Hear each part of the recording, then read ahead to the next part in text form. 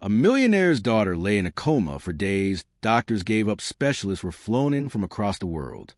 Nothing worked. Then a barefoot black boy walked into the hospital and whispered 5 words that shocked everyone. "I can wake her up." The millionaire laughed at first, but what happened next changed everything. This is not just a story, it's a miracle, and you won't believe how it ends. A clock on the sterile white wall blinked. 12:32 p.m. Room smelled of antiseptic and sterile plastic machines. Hummed softly as monitors blinked, not in urgency, but with dull routine. The beeping was steady, cruise steady on the hospital bed.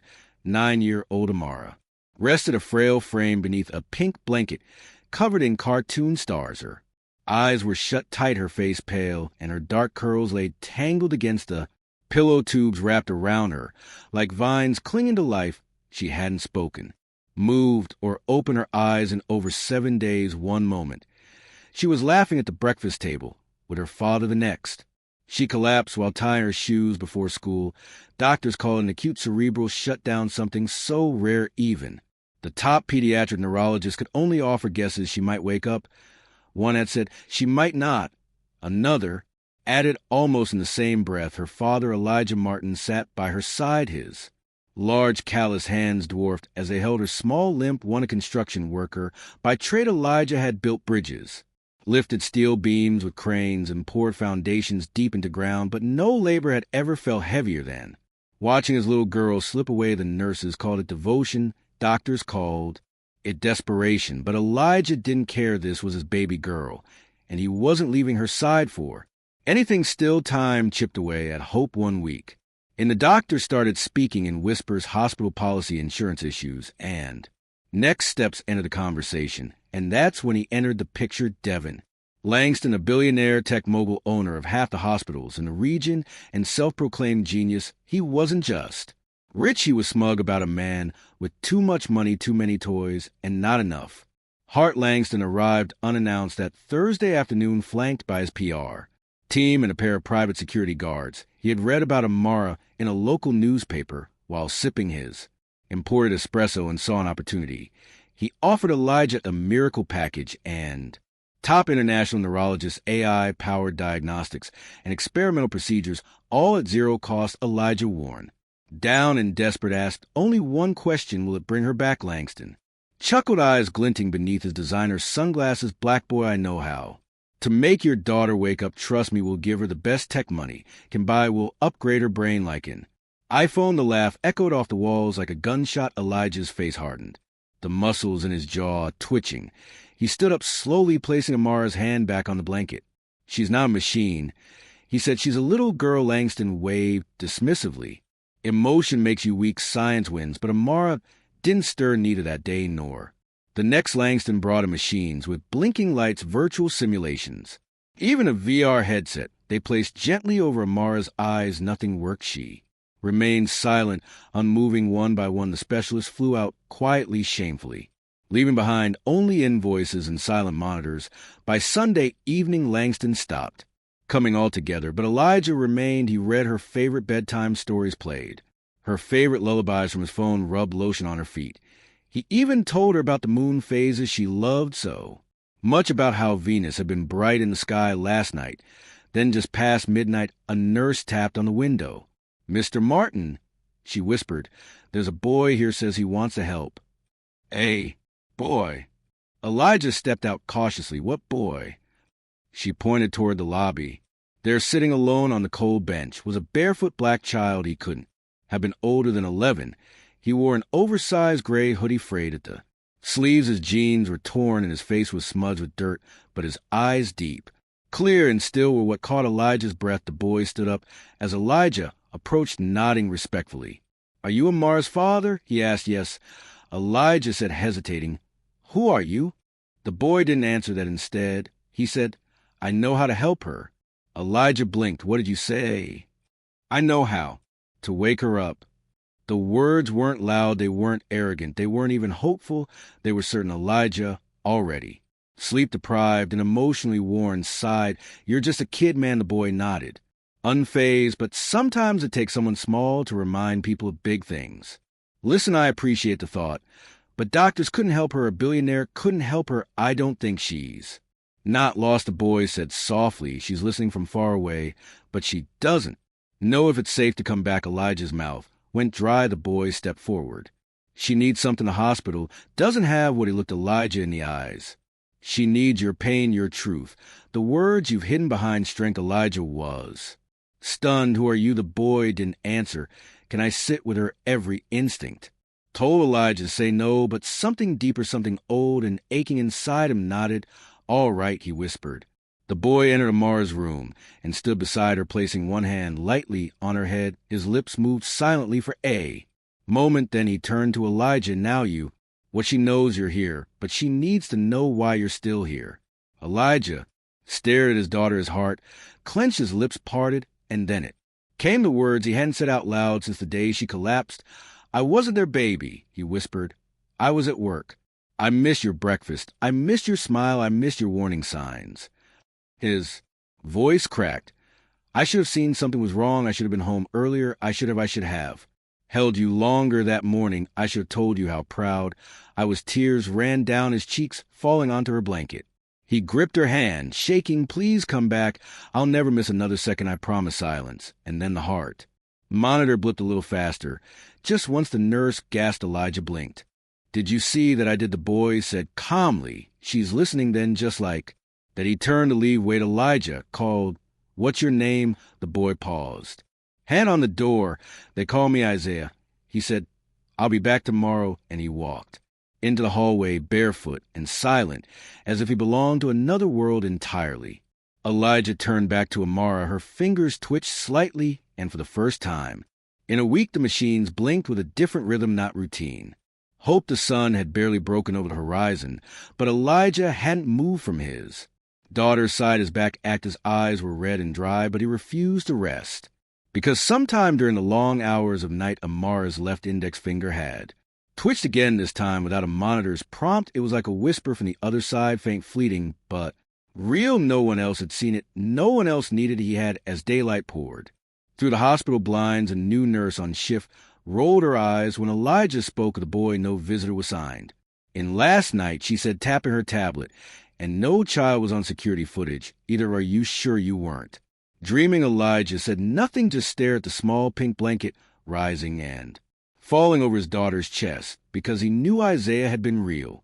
The moment that boy touched Amara's head, something shifted in the room, not just physically but spiritually, like a window opened somewhere in the universe. Still, he wondered, where did Isaiah go? Where did he come from?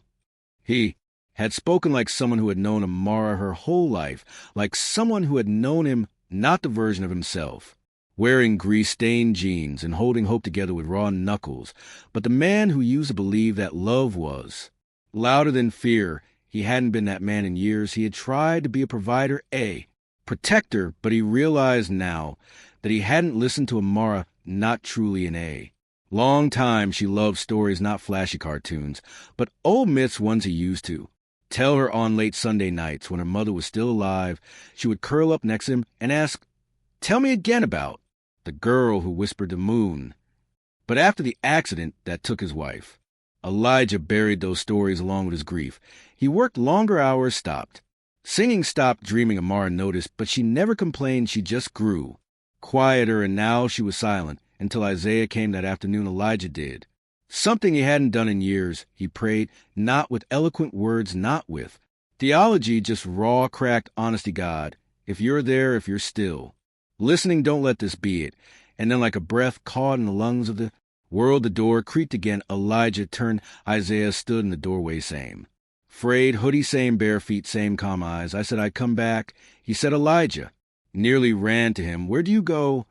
Who are you? I go where I'm needed, the boy answered, and I'm someone who remembers what others forget.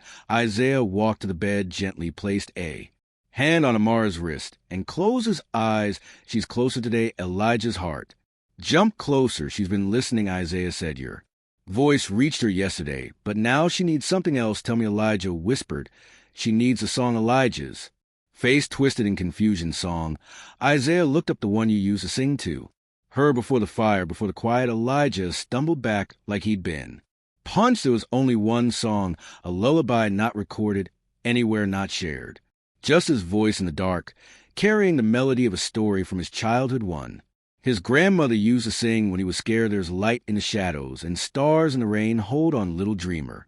You'll fly once again hadn't sung it since the day they buried his wife his. Throat tightened.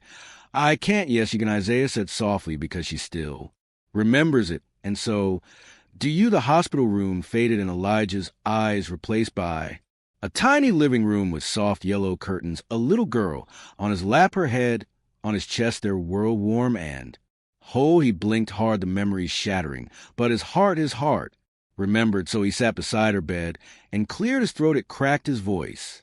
Trembled, but he began, there's light in the shadows and stars in the rain. He paused, emotion overwhelming him. Isaiah nodded. Again, and Elijah did, hold on, little dreamer. You'll fly once again, a long low beep came from the monitor. Elijah panicked, but then saw her heart rate was rising, not dangerously, but steadily. Then her fingers twitched once, twice. The nurse on duty gasped. She's reacting to the music. Isaiah looked at Elijah. You gave her something to come back to now. She knows the way. Elijah wiped his eyes. Why are you helping us? You don't know us. Isaiah stepped away from the bed. You're wrong. I do know her. Elijah stiffened. Isaiah took a breath, not her name, but her heart. He looked around the room. Because I was a child once who cried in a bed like this alone, afraid no one ever came for me. No songs, no hands holding mine. I waited and waited, but no one told me to come home. Silence choked the air. I promised, if I ever got the chance to change, that I would. Elijah fell to his knees beside him. You're your lichen. Angel. Isaiah didn't answer. He just turned to Amara and whispered, you've been found. Then he stepped toward the door. Elijah called out, will you come again tomorrow? The boy turned slightly. If she needs me, yes, but I think. Your voice is stronger now. Wait. Elijah ran to the hallway, but just like before the boy had vanished this time. Elijah asked the receptionist checked the security cameras, no trace, but none of that mattered because when he returned to the room, Amara's eyes were fluttering beneath her lids. She wasn't awake, but she wasn't gone, and for the first time in a week, Elijah smiled. The ICU floor was unnaturally quiet. Doctors moved like whispers. Machines beeped in steady rhythm, and in room 317 something holy lingered in the air, not the sterile cold of medicine, but something soft, something warm. Elijah had barely blinked since the night before his voice was worn to a husk from singing the same song again and again, not because someone told him to, but because he saw how every single note brought his daughter closer. The monitors didn't lie. Her brain waves had stabilized. Her heart was strong, and this morning at precisely 6:02 a.m., Amara's right hand, the one that had been limp for 7 days, reached for his. No one had coached her, no reflex test, no stimulus. She reached. Elijah had crumbled sobbing into her blanket. It was a movement that should have been impossible, a movement that had no scientific explanation, but Elijah didn't care about science anymore. He only cared about faith and a boy with no shoes who had taught him to believe again. Dar Lester stood by the window, flipping through her notes for the third time. That hour, we don't understand this, she murmured, her voice equal parts amazed and skeptical. Neurologically, nothing explains this kind of spontaneous recovery in the absence of medication or surgical intervention. The nurse beside her looked baffled. So, what do we chart as? Dr. Lester hesitated, then whispered, call it an anomaly, but Elijah smiled from the corner, gently holding Amara's hand. You call it what you want, he said, but I know what I saw, what I heard. Dr. Lester raised an eyebrow. You think it's the boy? Elijah nodded slowly. I don't. Just think it, I know it. That afternoon, Elijah stepped outside for the first time in 3 days. The world felt different. Everything felt different. The sun didn't feel like fire anymore. It felt like promise. He walked to the nearest convenience store, not for food, but for something very specific, a small spiral notebook, one he could fill with songs. Stories, truth, because Isaiah was right. Amara needed her father's voice, not the one buried under bills and burdens, the one that told her she was loved, safe, and never truly alone. Elijah wasn't going to lose her again back at the hospital. Elijah found something taped to Amar's window, a note folded small written in crooked blue pen. He opened it with shaking fingers. Sometimes the healing comes before the waking don't give up on her. Just because her eyes are closed, she hears you keep singing I. Elijah pressed the paper to his heart. Isaiah had come again, not in flesh, but in presence. The hospital had no record of anyone entering or exiting. No staff had seen him, but he had been there. Mara's breathing changed after that. It deepened, became more rhythmic, less labored, less mechanical. Her color returned in full. And then late that night, she spoke again, a whisper, a murmur. But unmistakable. Daddy Elijah dropped the notebook. His legs went weak. He rushed to the bed and cooped her face in his trembling hands. Amara, Mara, can you hear me, baby? She blinked slowly. Her lips barely moved. You came back. I never left, he whispered, his voice breaking. A single tear rolled down her cheek. Where's the boy? She asked. Elijah froze. You saw him? She nodded slowly. He said he was the echo that found me when I was floating and couldn't see. He sang until I heard your voice again. She closed her eyes. He held my hand. He said, your daddy's waiting on the other side of the dark. And I followed the light. Elijah felt the weight of her words settle into his soul like a stone into water. He led you back. Amara whispered. He smelled like dust and bread. He laughed like sunlight. He said his name was Isaiah. Tears rolled freely. Now, sweetheart. Elijah choked Isaiah as he didn't know how to finish that sentence. An angel, a messenger, a miracle, maybe all three. But Amara smiled faintly. He said he didn't need wings to fly, just faith. The next morning news had already spread. The hospital was in quiet uproar. Whispered conversations, hushed hallways, because Amara's chart didn't make sense anymore. There were no medications listed to explain the recovery, no clinical trial, just a girl who shouldn't have woken up, but did because of a voice and a boy no one could find outside room 317. A young intern sat, scrolling through security footage. He rewound, fast-forwarded, zoomed in, but Isaiah wasn't there, not once, not in any frame. The camera showed Elijah, singing, crying, begging, but the hallway that Isaiah walked through empty every single time. The intern leaned back, goosebumps rising on his arms. That boy, he whispered, was never on camera. Meanwhile, Elijah and Amara were holding hands, watching cartoons. She had color in her cheeks, a smile on her lips, sleep still pulled at her eyes, but life had returned in full. Tell me the story again, she said. What story? Elijah asked the girl who whispered to the moon. Elijah blinked. He hadn't told that story since, but she smiled, and he knew Isaiah had told her. She hadn't forgotten after all. Neither had he that night. Elijah didn't leave the hospital. He couldn't, not yet. He stayed awake in a chair beside Amara's bed, notebook in hand, writing page after page, story, songs, prayers. He would never again let silence be his language. And just before midnight, he stepped into the hallway for some air. The wing was empty, lights dimmed. And then out of nowhere, a voice soft. Familiar. You did good, Mr. Elijah. He turned, and there he was, barefoot, same coat, same dirt-streaked cheeks, but this time smiling wide. Elijah stepped forward. Isaiah. The boy nodded. She doesn't need me anymore. She asked for you.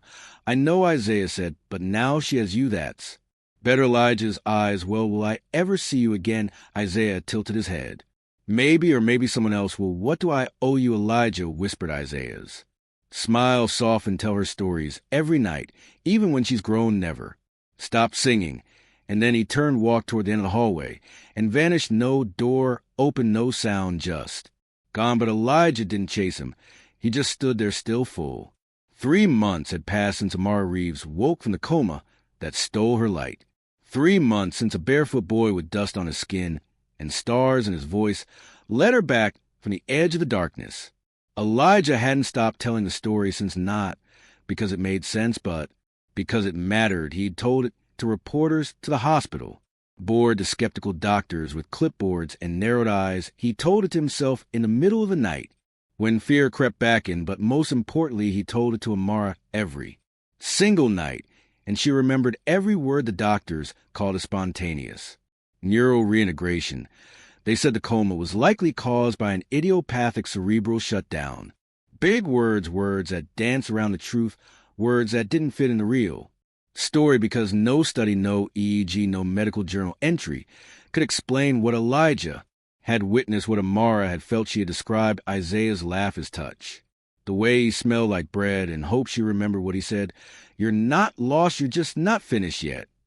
Amara started therapy the week after she was discharged. Her steps were shaky. Her hands trembled when she held a crayon, but her will was unshakable. Each time her legs gave out, she whispered one name. Isaiah. Each time she wanted to give up, she hummed a tune, a lullaby Elijah had never taught her, but Isaiah had. And Elijah would sit by the piano every night after therapy playing that melody. Until she danced again, Elijah sold the Range Rover first, then the Lake House Inn, Colorado, then the last of his trust fund investments. He didn't tell anyone, didn't feel the need to, because for the first time in his life, he wasn't buying anything, he was building with time, with words, with truth. He used the money to launch a program called Voices at Dawn, a free art and music center for children in underserved communities, especially those navigating trauma, illness, or grief. Its slogan, "Where silence ends and healing begins," the first mural that went up on the wall was painted by Amara, a child with a coat too big and shoes too small, a hand extended from the darkness, offering a song, and beneath it in big blue brush strokes, "He didn't have wings, he had faith." Reporters asked about the boy, of course. Where is he now? Is he real? What was his name? Each time Elijah said the same thing. His name is Isaiah. I don't know where he is, but I know where he was when it mattered. A few laughed, others called it folklore, but a few wiped their eyes because they believed, and sometimes belief changes more than facts ever could. One evening, Amara and Elijah took a walk through the old neighborhood. She wore purple rain boots, even though it hadn't rained in days. It's just in case, she said. Isaiah told me the best surprises happen when you're ready for them. They stopped at a quiet street corner, the one near the closed-down train station. There, beneath the broken street lamp, stood an old man playing harmonica. A cardboard sign rested at his feet. It read, "You're not lost, you're just not finished yet." Amara gasped, "Daddy, look." Elijah blinked, then walked over. The man smiled through a grizzled beard. His fingers were callous, his clothes were worn. "Where'd you get that phrase?" Elijah asked gently. The man shrugged. "Heard it from a little boy years ago. Said he traveled light, only carried truth, used to play music with me, till one day he just vanished," was his name. Isaiah. Amara asked. The man's eyes sparkled. "Well, now, that was what he said, wasn't it?" Amara turned to Elijah, grinning wide.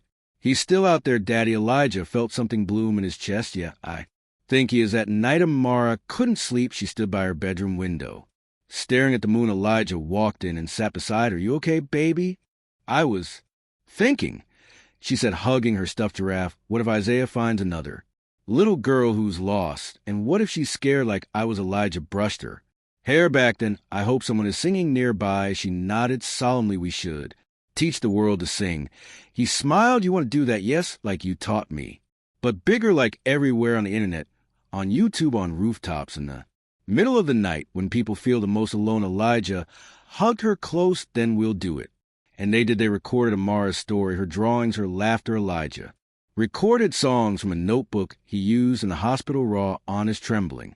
With love, they called the channel Isaiah's Echo. In 2 weeks, it reached 2 million views. In 4 months, they received over 10,000 messages from ICU beds, broken homes, orphanages, prison cells, lonely dorm rooms. Each one ended the same way. "I thought I was lost, but now I think maybe I'm just not finished yet." On the 1-year anniversary of her waking, Amara stood on a small stage at the Voices at Dawn Center. She held a microphone with both hands. Her knees trembled, but her voice did not. She sang the song Isaiah had taught her, and as she finished, Elijah noticed a boy sitting in the back row, barefoot, dusty coat. A soft smile, their eyes met, and then he was gone. No applause, no sound, just faith. Final note: miracles aren't always thunder and lightning. Sometimes they're dirt under your nails and stories at bedtime.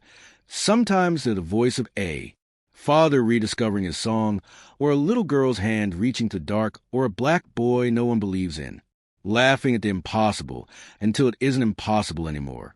Because the truth is, he didn't wake her up. He reminded the world. Subscribe to our channel, Black Resistance.